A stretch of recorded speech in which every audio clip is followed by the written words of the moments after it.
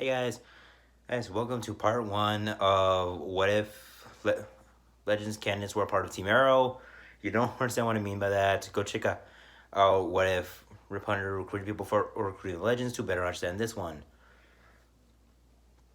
With their brother, their nephew, who was one of their brother's kids, and their cousin, and now part of the Legends, it's Igor or Eric and their cousin Andres. Now, are part of Team Arrow. Where do they now? Oliver now gets used to having them on the team. With that all done and situated, they start going on missions with Team Arrow. Arrow with a few things different from the canon timeline. Such as everything that happens like what happens to Oliver and Felicity when they're outed, out and about, and Felicity ends up getting hurt and Oliver swears revenge for what happened to Felicity. That still happens a little bit similar to reality, but with a slight difference being that Igor found them and helped rush them as fast as they could to a hospital. Technically, it's a little bit different from the other timeline. With further down on the line with Igor or Eric and Andres helping Team Arrow, including helping take on the Ghost and Damien Dark arc, including trying and get people from Dark's team, in where they will later end up meeting Andy, and me knowing about Andy, Deagle's brother, Andy and John Diggle's dynamic will be a little bit different, and the fact that there are more people there who will understand what it means to get in a fight with your brother, or other more Team Arrow's missions will be different.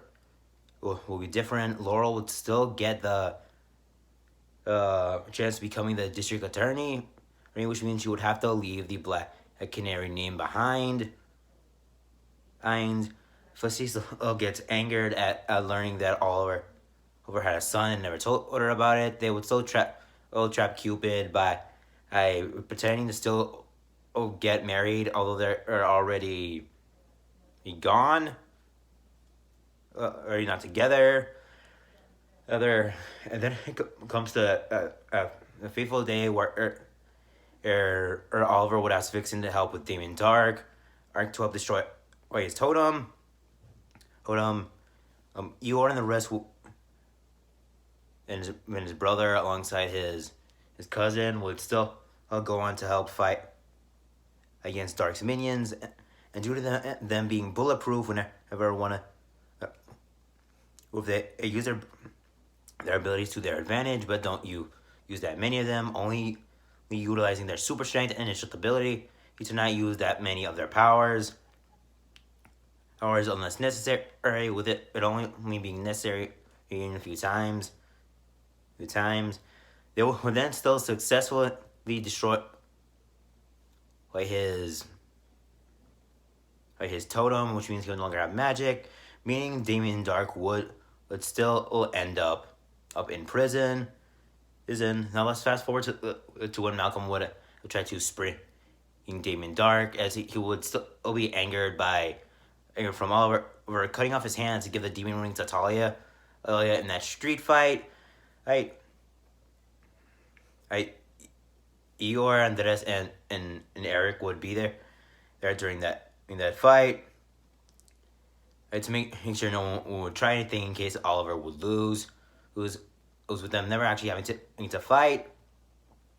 It was we now go to that prison fight.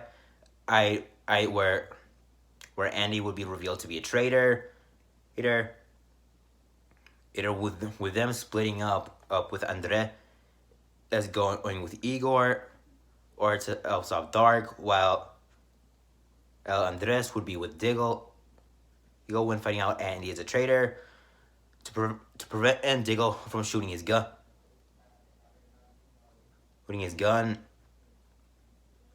And Andres would use his and shoot would Andy, but it wouldn't kill Andy. It would end up just knocking him out. And then Andres would say to Diggle, they go, "Oh, don't let your emotions cloud out your judgment. Oh, your judgment. You you need to focus because we need to make sure our friends don't end up dead. End up dead." And Andres would then and tell Diggle to stay with Andy while he would go run to the others just to make sure Dark doesn't try anything. Dark would still regain his powers, or would still grab at the. We'll still get it. We'll still try to attack everyone. Oliver would temporarily be able to hold off his powers, but then it wouldn't work. Oliver would still try to hit him with the arrow. Yeah, arrow, and it wouldn't work. The only difference being in Igor and Eric would also be there. Or Amy and Dark will try to move them away, but it would cause it to not work. Or as due to them being aliens, they most likely their brother Chris knows how to go into people's minds and use it and use telekinetic or telepathic powers. So they most likely would have been able to read Oliver's mind and to figure out what he was doing, and they would be able to do it successfully, causing Demon Dark to be unable to blast them away. He will then charge it at Laurel, determined to kill her, or at least kill someone from Team Arrow to destabilize Oliver. Or that would end up not working,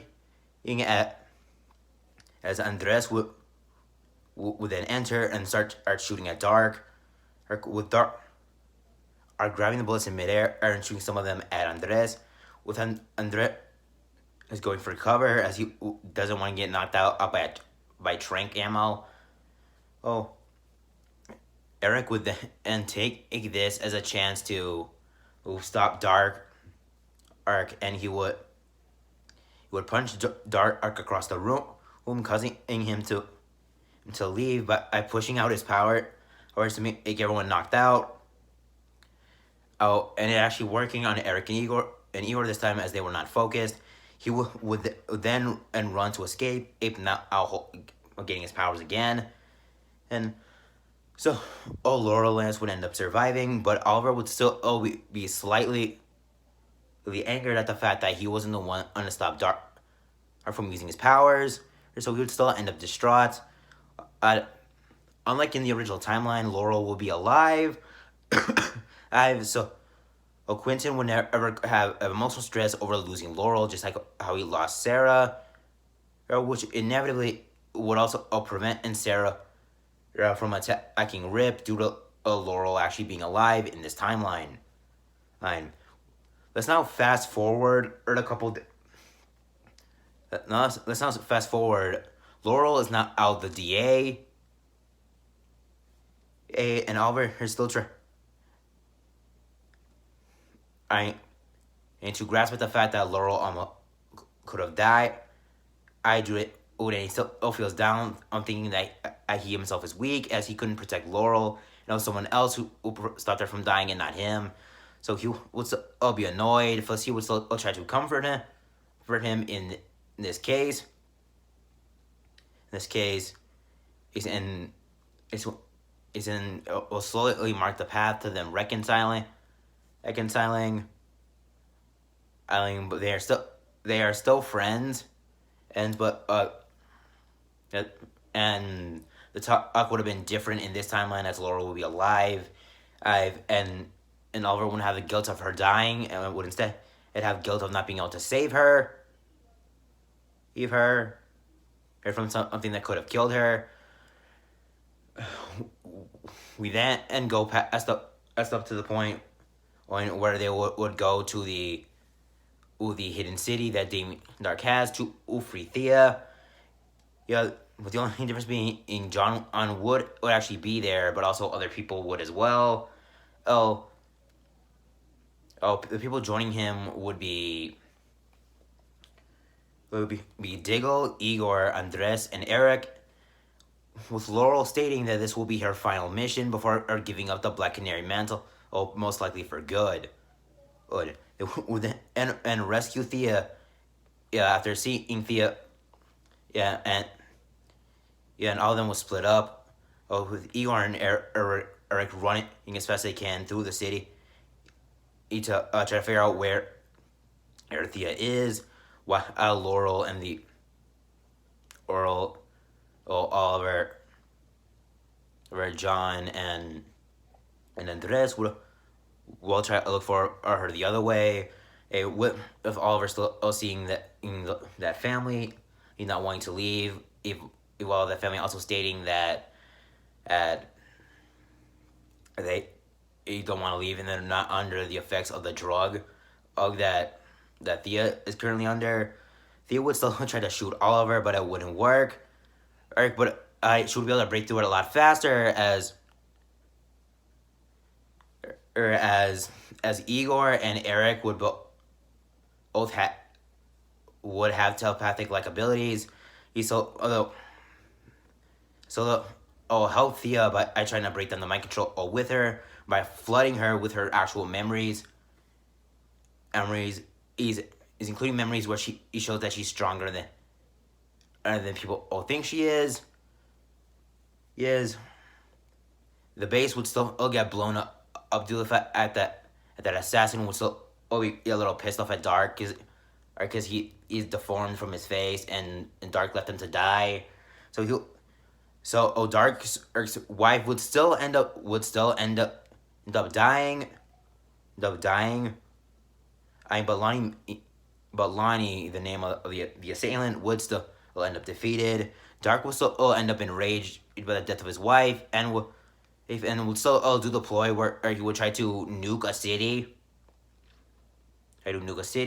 And Felicity will still try to stop the nuke by making it go somewhere else. With Igor and Eric taken to the skies, as they don't know if that would actually work, or if the people will survive even if that trick doesn't work. And they were right, as the trick doesn't work in the original timeline. But instead of hitting that city, Igor and Eric would try to stop the missile midair, and would try to put it up to the sky so that it explodes in the sky and not in actual or in space.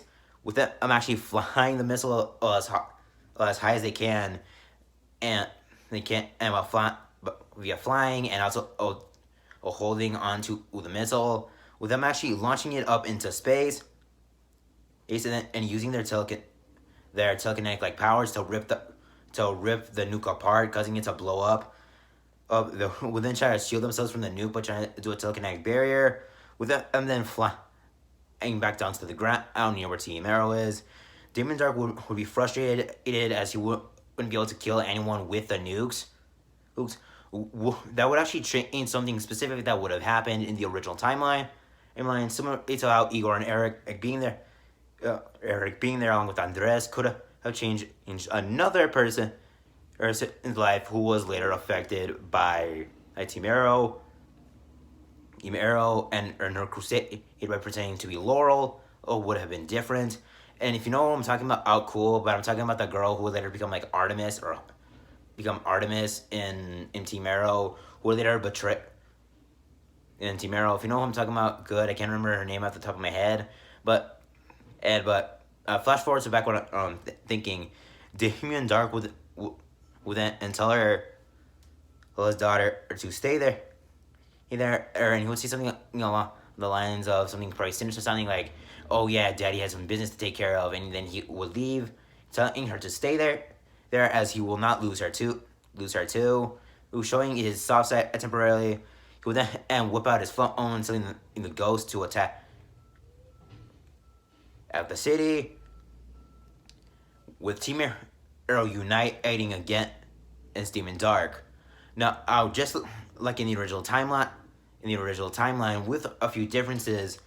The people of Star City would fight against the ghosts alongside the current members of Team Arrow, which would be Thea, Diggle, Oliver, or the soon-to-be retired Laurel, Earl, Igor, or Eric and Andres.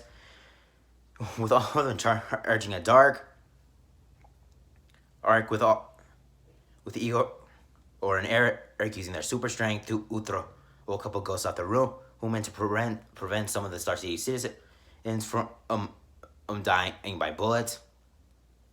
That's what he uses to train guns and fire at as many people as he can and to knock them out. Out with John doing a similar tactic. I think with him Laurel and use her sticks to fight them off and disarm them of their guns.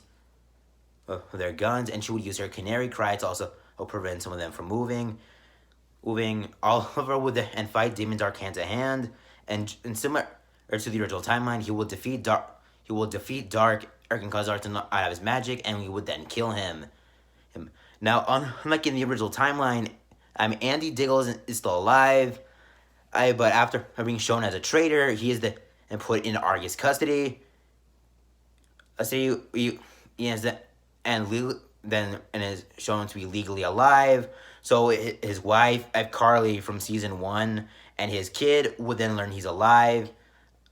But would also learn that he betrayed his family and also his brother, but also working with Damien Dark. Laurel would also be alive in this timeline, and she would be retired, or that she would leave her outfit in Team Arrow, and would say the similar promise she would have said if she would have been dead. And with her telling Oliver to find someone to carry the torch, or to keep the Black Canary legacy alive.